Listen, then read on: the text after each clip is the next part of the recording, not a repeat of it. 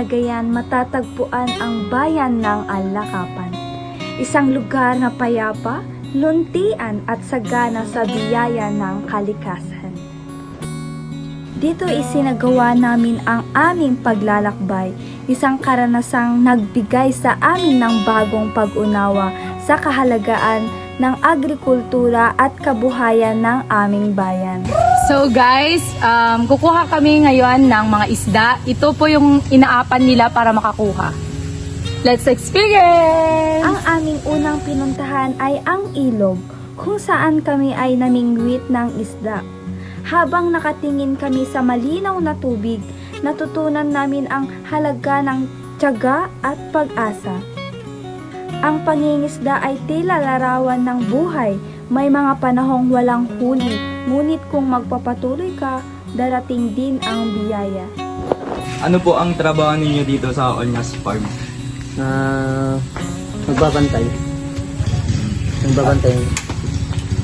Ano po ang madalas ninyong ginagawa sa isang araw dito? Marami. Lahat ng mga dito. Goalies, nagbebenta at saka yung mga ganun. Ano po ang pinakamahirap na parte ng pagbabantay dito? Pispan. Ano po ang pinakagusto ninyo sa pagtatrabaho sa Onyas Farm?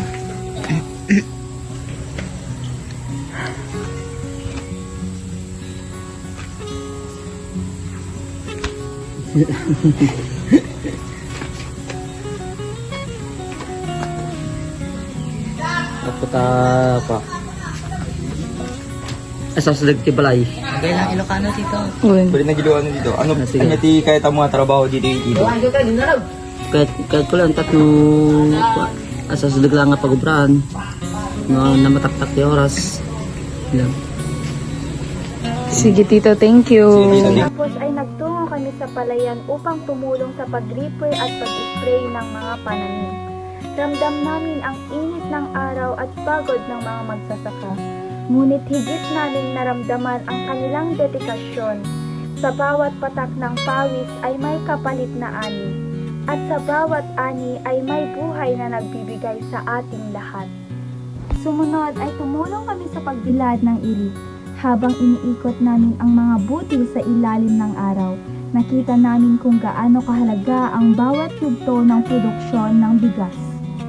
Ang pagbibilad ay simpleng gawain, ngunit ito ang nagsisiguro na may pagkain ihahain sa bawat hapag. Mula sa palayan, nagtungo kami sa kamaisan. Doon namin naranasan kung paano mamitas ng mais at alamin ang tamang paraan ng pagtatanim.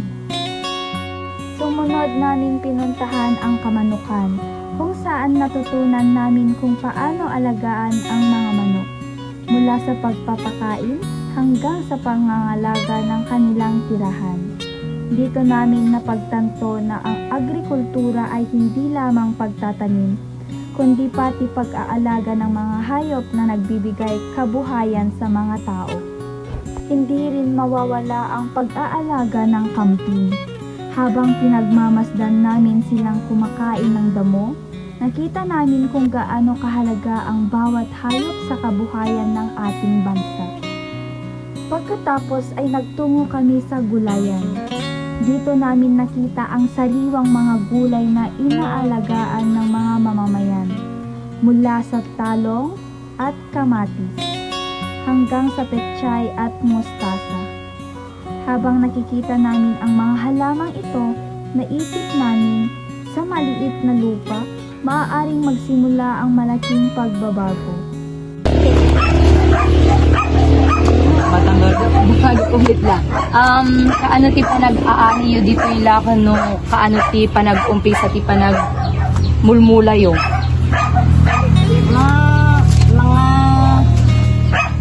Pagkatang ko Oktubre.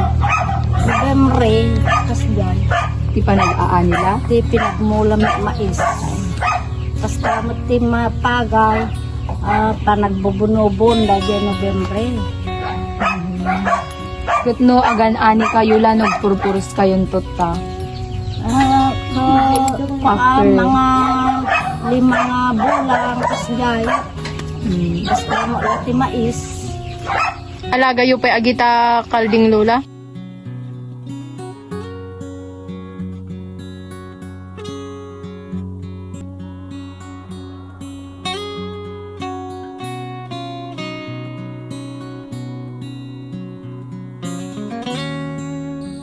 Welcome to Campsite Silagan, Alakapan, Cagayan! Let's go!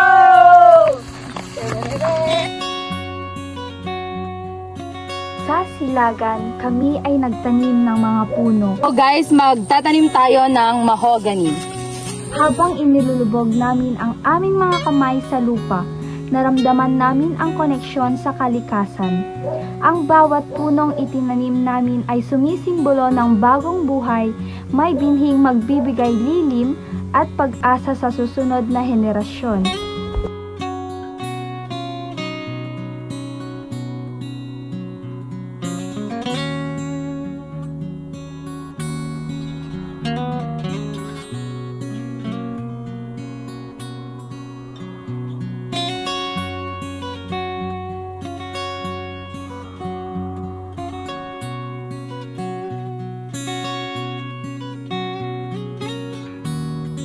Sa huli, nagtanim kami ng pinya. Habang pinagmamasdan namin ang mga punla, dama namin ang kasiyahan at pananabik sa magiging bunga nito.